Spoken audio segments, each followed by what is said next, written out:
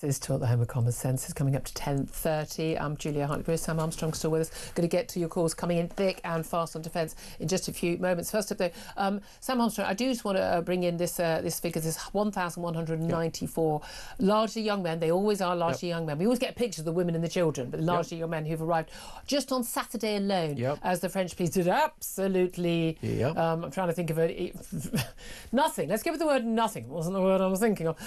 Folks smoking their gold on the beach. I mean, they took photo. They did some videoing. To be fair, they did some videoing as I got their feet a little bit sandy. Up to 50,000 migrants, it's now predicted, are going to cross the channel this year. Very interesting to hear from the Defence Minister a few moments ago about, this is very difficult. It's a complicated business. We're going to do this. Look, but the reality is the Prime Minister hasn't dealt with it, and they've been in power almost 11 months now. Border dash, right? Let's just start with the basics. Keir Starmer took office last summer. Have the numbers gone up or down since he came in? They've gone up. Why have they gone up? Well, one reason they have gone up is he cancelled the only deterrent. There was a potential deterrent in the form of Rwanda scheme. We saw when it was first announced that migrants that had got into the UK were making their way into the Republic of the Ireland because they were scared of it working. He cancelled that. He wanted to put international law ahead of it. So let's not hear another word out of him. Everything he promised us about smashing the gangs was a lie, is a lie. He knew it was a lie. He lied to us all. He knew about it. He knew it wasn't going to work, and they were laughing at us all the way through. Is it a lie, or did he genuinely overestimate his camaraderie with Emmanuel Macron? Nobody on earth. He should have dealt with Brigitte. It's clear who's in charge in that relationship. Indeed. That's a bit of a slap in the face. Look, this is now, 10 months in, the point at which Keir Starmer is responsible. Look, if he'd done something, if he'd come up with a plan, and on day one he'd said, look, this is what we're going to do, and it took 2 years, and he said, give us 2 years, I would say fair play. Or if it was at the same level. It's 40% up on the same time last year. It is up, and every one of those extra migrants is Keir Starmer's fault. And today and cost us 40-50 grand a year. And by the way, they're never going to be sent back. I did think it was outrageous that Alistair Carnes, the Defence Minister, came saying, we've sent 30,000 back. Not 30,000 Channel migrants. Virtually all of those people are voluntary repatriation. So not even... We've paid them. We've given them a flight and then paid them $3 grand to go home. They're not even deported. And the Prime Minister today is talking about the security of this country. Let's be very, very clear.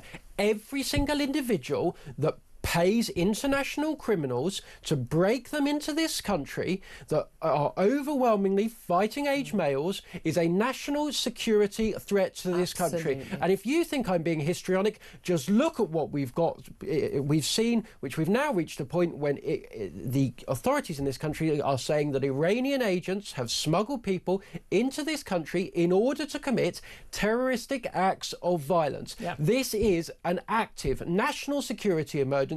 Terrorists are breaking into this country. They are coming here to kill people that are here already.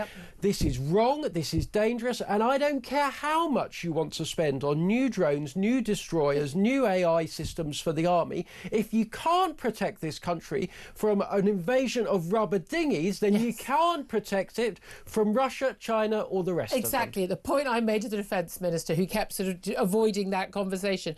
Just finally, let's talk about something completely different before we go to a break. Pride Month. The month of June is now Pride Month. I lose track. I don't know when Black History Month is. I mean, I just lose track. There's a month, there's a day for everything. As far as I can tell, Pride is pretty much every day of the year. There is some sort of Pride festival. I mean, fine.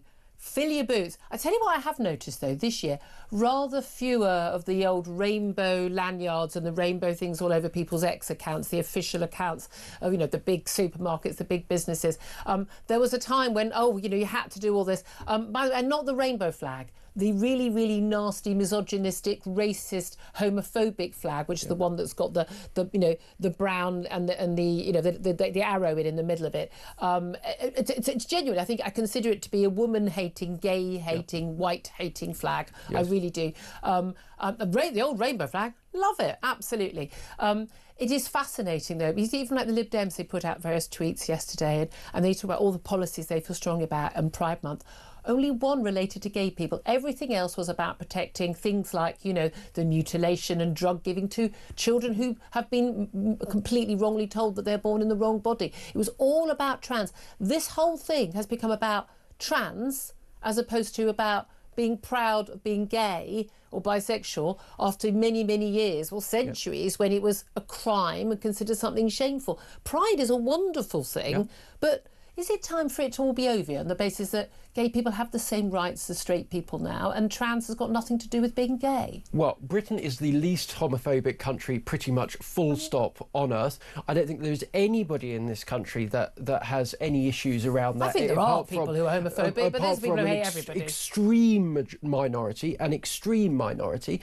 What has instead occurred is a movement that is, as you say, a cause for celebration, has been hijacked by Britain-hating political activists that have attempted to not only push a dangerous agenda that has hurt women, has hurt children, has hurt a general sense of fairness in this country, but has also been used as a bat to hit this country. It is rammed down people's throats. It is told that people in this country are inherently homophobic. There's inherently something wrong with them. The reality is nothing could be further than the truth. The overwhelming majority of people in this country are enormously supportive. Same-sex marriage was massively supported. I was a massive supporter of it. I mean, it was something that David Cameron brought in. You know, and again, people's views have changed hugely on this. But again, I don't think Pride's almost got anything to do with being gay anymore. I think it's just been completely and utterly, as you know, Stonewall and everything, it's just completely and utterly taken over.